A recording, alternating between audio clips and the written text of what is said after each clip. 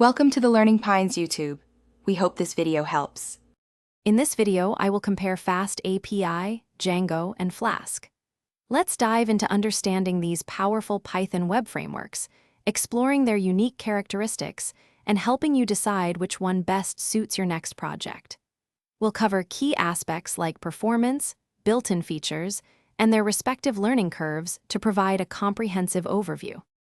When it comes to raw performance, FastAPI truly shines with its asynchronous nature. Built on modern Python features, it can handle thousands of requests per second, making it ideal for high-throughput APIs.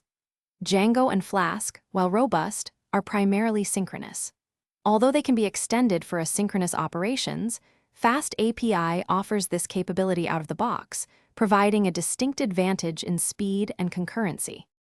Moving to features, Django is a full-stack, batteries-included framework, providing an object relational mapper, an administrative interface, and robust authentication systems right away.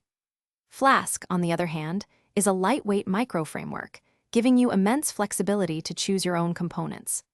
FastAPI stands out with automatic data validation, serialization, and interactive API documentation, significantly streamlining API development and maintenance.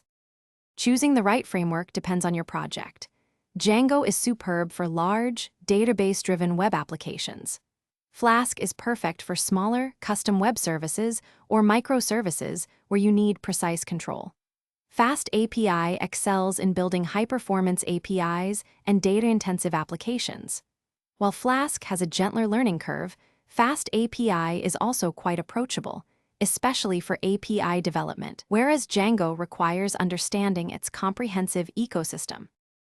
Thanks for watching. Consider subscribing if we helped you.